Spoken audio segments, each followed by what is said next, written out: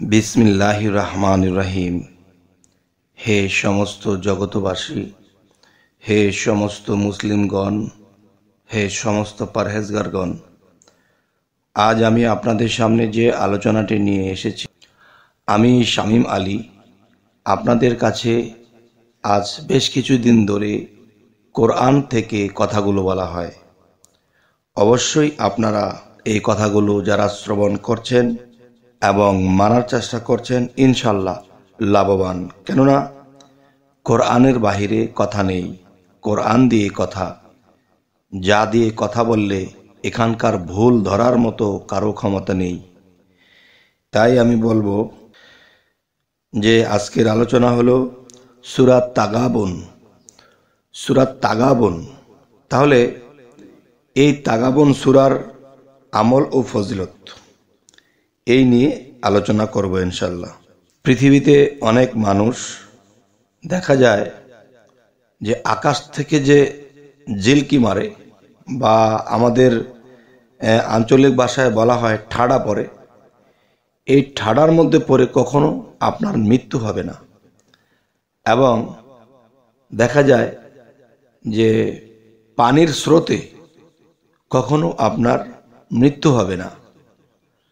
এবং দেখা যায় যে হঠাৎ করে মানুষে আগুনের মধ্যে বা আগুন এসে উপরে পড়ে যায়, বা আগুনের মধ্যে লোকটা পড়ে যায়, এরকম ধরনের মৃত্যু আপনার হবে না। আর হবে না সেটি হলো সূরা তাগাবুন এর আমল ও ফজিলতগুলো করলে। আচ্ছা, তাহলে এই সূরার আমল ও ফজিলত করলে আর কি কি সুবিধা আল্লাহ আমাদের জন্য রেখেছেন। দেখেন, একটা সূরার মধ্যে কিন্তু শত শত, দেখা গেছে শত শত সুবিধা আমাদের জন্য আল্লাহ রেখেছেন, কিন্তু শত শত সুবিধা আমরা নেই না। যার ফলে কি হয় যে আল্লাহ কখনোই আমাদের কাছে দোষী থাকেন না, আমরাই দোষী হয়ে আছি। যে আল্লাহ আমাকে এই বিপদ সেই বিপদ দিলা, আমাদেরকে রক্ষা করলা না, এই কথাগুলো আমরা আল্লাহকে বলে থাকি।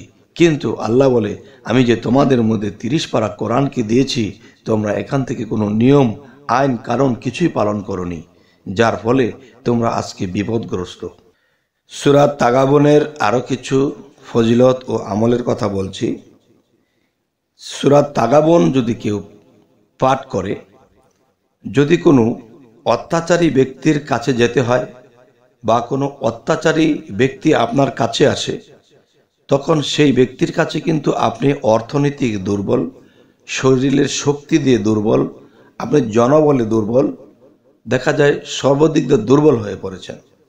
তখন সূরা তাগাবুন যদি পাঠ করেন, এবং কোন নিয়মে পাঠ করবেন সেটি আমি বলবো।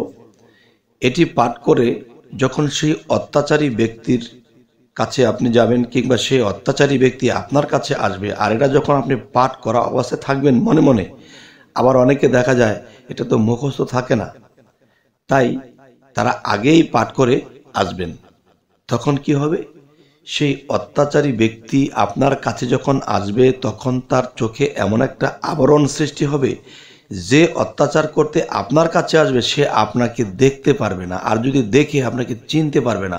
মানে আপনার মধ্যে আল্লাহ এমন একটা আবরণের সৃষ্টি করে দেবে, তখন আপনাকে যদি সে নাই দেখে, তাহলে সে কি করে আপনার অত্যাচার করবে।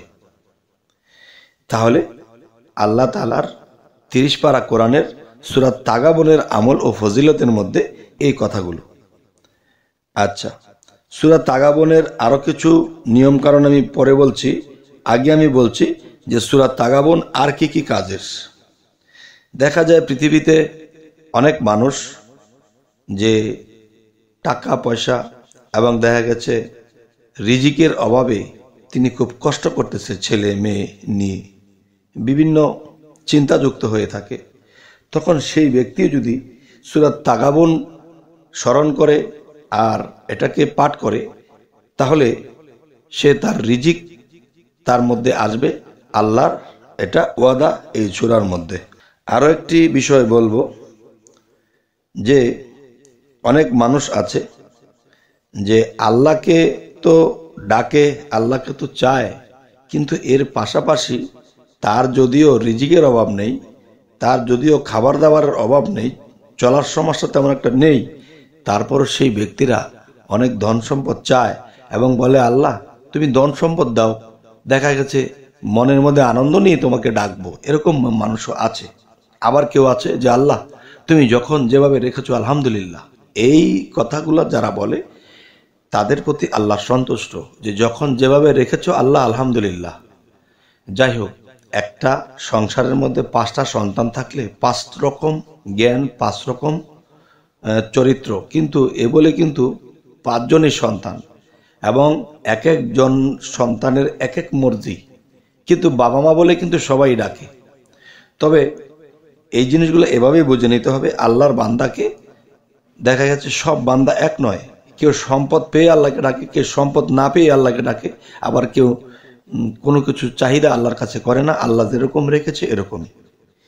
যাই হোক, তবে আজকের কথা হলো, দেখা গেছে আমরা হয়তো কোনো সন্ত্রাস বা কোনো খারাপ লোকের কাছ থেকে আপাতত বেঁচে গেলাম, কিন্তু দেখেন যে আপনার কিছু বিশাল আকারের ধন সম্পদ আছে, স্বর্ণ গয়না টাকা পয়সা বহু আছে।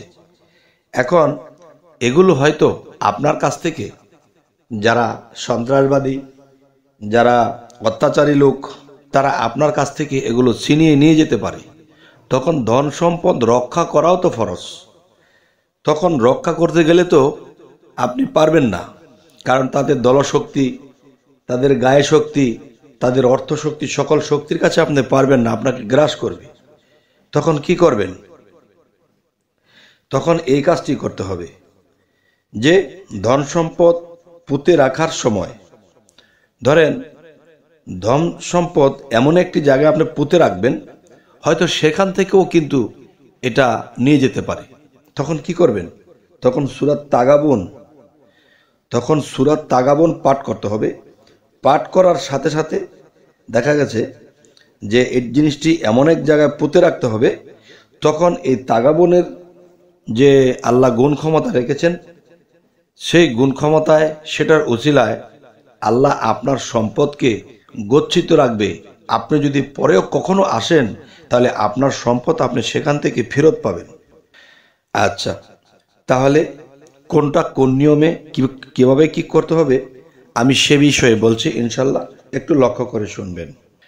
সূরা তাগাবুন এর আমল ও ফজিলত প্রত্যহ একবার করে এই সূরা তাগাবুন পাঠ করলে দৈব মৃত্যু হবে না এই সূরার আমলের কারণে, এবং 3 বার করে পাঠ করলে আয় রোজগারের বরকত হয়, রিজিকের অভাব হবে না।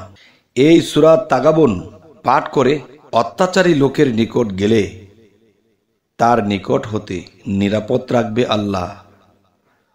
এই হলো এক। আর এক হলো ধন সম্পদ আপনি লুকিয়ে রাখতে চান, পুঁতে রাখতে চান, রাখুন। এমন একটি জায়গায় পুঁতে রাখবেন যে জায়গায় রাখার সময় আপনি সূরা তাগাবুন পাঠ করবেন, সেই গচ্ছিত সম্পদ সম্পূর্ণ নিরাপদ রাখবেন আল্লাহ। সুবহানাল্লাহ, আলহামদুলিল্লাহ। তবে হে সমস্ত জগতবাসী, কোরআনের মধ্যে সকল ফয়সালা আল্লাহ রেখেছেন, কিন্তু আমরা এর তল্লাশ করি না, জানতে চাই না, বুঝতে চাই না, শিখতে চাই না, যার ফলে আজ আমাদের এই অবস্থা। যাই হোক, আজকের যে আলোচনাটি আপনাদের কেমন লাগলো এবং পরবর্তীতে আপনারা কি ধরনের আলোচনা চাইছেন অবশ্যই জানাবেন, এবং আমাদের চ্যানেলে যারা নতুন অবশ্যই সাবস্ক্রাইব করে রাখুন, পরবর্তীতে যেন ভালো আলোচনা নিয়ে আপনাদের কাছে আসতে পারি। সকলে ভালো থাকবেন। আল্লাহ হাফিজ।